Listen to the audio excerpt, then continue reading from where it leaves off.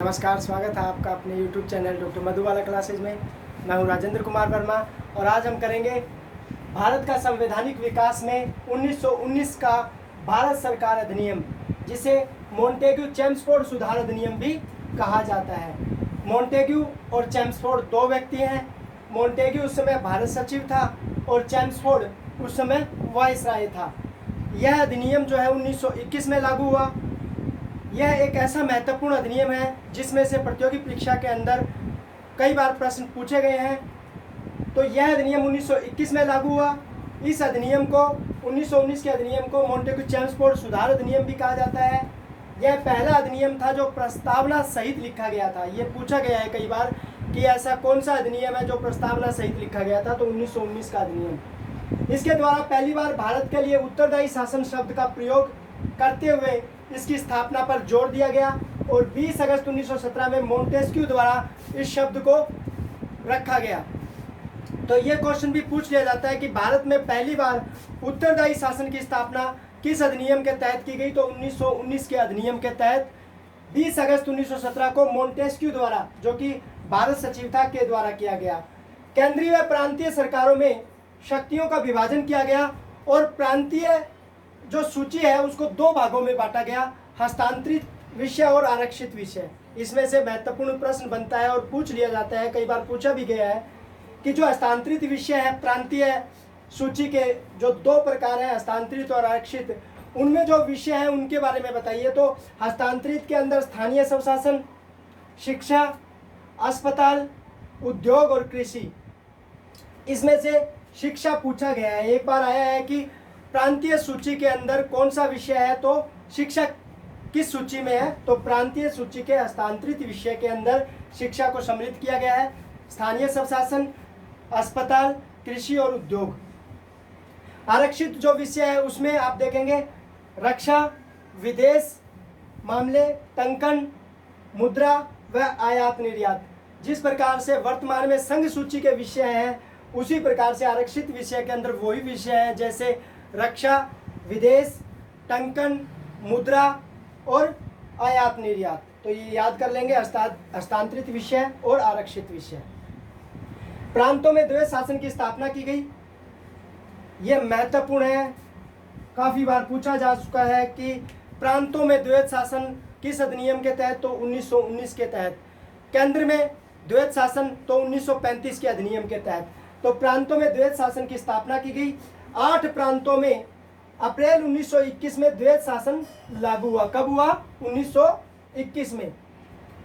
1932 में उत्तर पश्चिमी सीमा प्रांत में भी द्वैत शासन लागू कर दिया गया। द्वैत शासन 1937 तक रहा। प्रांतों में द्वैत शासन का जनक जो है लियोनिस कर्टिस था। तो प्रांतों में द्वैत शासन का जनक जो है वो लियोनिस कर्टिस को माना जाता है। तो इस प्रकार से ये महत्वपूर्ण प्रश्न है। एक बार इसका स्क्रीनशॉट लेंगे, उसके बाद जो नेक्स्ट 1919 के अधिनियम में महत्वपूर्ण प्रश्न बनते हैं वो देखेंगे। इस अधिनियम के तहत 8 फरवरी 1921 में दिल्ली में नरेंद्र मंडल की स्थापना की गई। इसमें 21 देशी राजा सदस्य थे। इसका अध्यक्ष वायसराय था। इसका पहला चांसलर बीकानेर के गंगा सिंह को बनाया गया था। मैसूर व हैदराबाद शामिल नहीं हुए थे। इसमें से एक प्रश्न पूछा गया है कि जो मंडल आयोग था उसके अंदर कितने राजा सम्मिलित थे, तो 121 देशी राजा सम्मिलित थे। इसका पहला चांसलर कौन था, तो बीकानेर का महाराजा जो था गंगा सिंह, उसको बनाया गया था।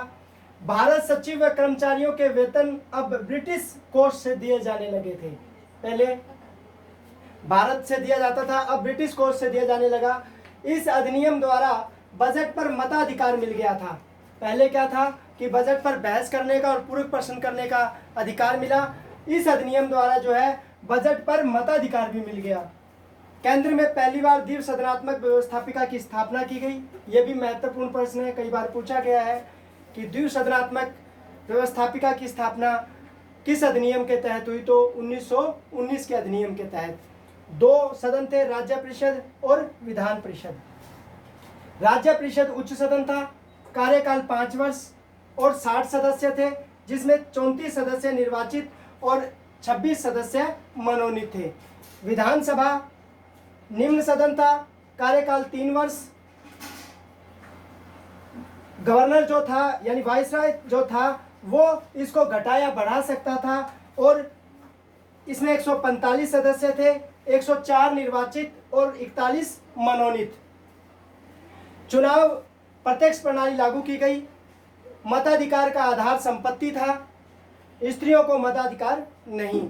तो यह भी प्रश्न पूछा जा सकता है कि 1919 के अधिनियम के द्वारा जो मताधिकार मिला था उसका आधार क्या था, तो संपत्ति थी।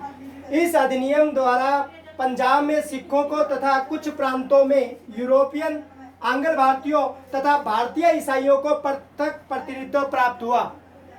यानी पहले जो एक अधिनियम हमने पढ़ा उसमें क्या था कि मुसलमानों को पृथक प्रतिनिधित्व मिला, यहाँ पंजाब में सिखों को तथा कुछ प्रांतों में यूरोपियन और आंग्ल भारतीयों तथा भारतीय ईसाइयों को पृथक प्रतिनिधित्व दिया गया है। मताधिकार 3% से बढ़ाकर 10% कर दिया गया। 1919 के अधिनियम के अधीन बनाए गए नियमों को न्यागमन कहा जाता था। तो इस प्रकार महत्वपूर्ण प्रश्न है। द्विसदनात्मक व्यवस्थापिका, प्रत्यक्ष निर्वाचन प्रणाली लागू की गई, मताधिकार का आधार संपत्ति, स्त्रियों को मताधिकार नहीं, और सिखों को, यूरोपियन, आंग्ल भारतीयों और ईसाइयों को पृथक प्रतिनिधित्व प्रदान किया गया। एक बार इसका स्क्रीनशॉट लेंगे फिर नेक्स्ट देखेंगे। इस अधिनियम के तहत 1921 में सामान्य बजट से रेलवे बजट को अलग कर दिया गया। यह किया गया एकवर्त समिति की सिफारिश पर। पूछा गया है कई बार प्रतियोगी परीक्षाओं में। वायसराय की कार्यकारी परिषद में 3 सदस्य भारतीय होंगे। यह व्यवस्था भी इसी अधिनियम के तहत की गई 1919। एक लोक सेवा आयोग का गठन 1926 में किया गया। केंद्रीय बजट को राज्यों के बजट से अलग कर दिया गया। देखो, एक तो सामान्य बजट से रेलवे बजट को अलग किया गया, और एक राज्यों के बजट, केंद्र के बजट को राज्यों के बजट से अलग कर दिया गया। करवे समिति की अनुशंसा पर भारत के लिए इंग्लैंड में एक उच्चायुक्त नियुक्त किया गया। 1920 में सर विलियम म्योर को भारत का प्रथम उच्चायुक्त नियुक्त किया गया। देखो, उच्चायुक्त और राजदूत। उच्चायुक्त वो है जो जहाँ कहीं भी इंग्लैंड का उपनिवेश रहा है जो देश, अगर भारत उसमें अपना प्रतिनिधि भेजता है तो उसे उच्चायुक्त बोला जाता है। और जहाँ जो देश ब्रिटिश हुकूमत का कभी उपनिवेश नहीं रहा, अगर भारत वहाँ अपना प्रतिनिधि भेजता है तो वो राजदूत कहलाता है। तो 1920 में सर विलियम म्योर को भारत का पहला उच्चायुक्त नियुक्त किया गया। प्रांतों को पहली बार कर लगाने व ऋण लेने का अधिकार प्रदान किया गया। इस अधिनियम की जांच के लिए प्रति 10 वर्ष बाद जांच आयोग का गठन करने की बात कही गई।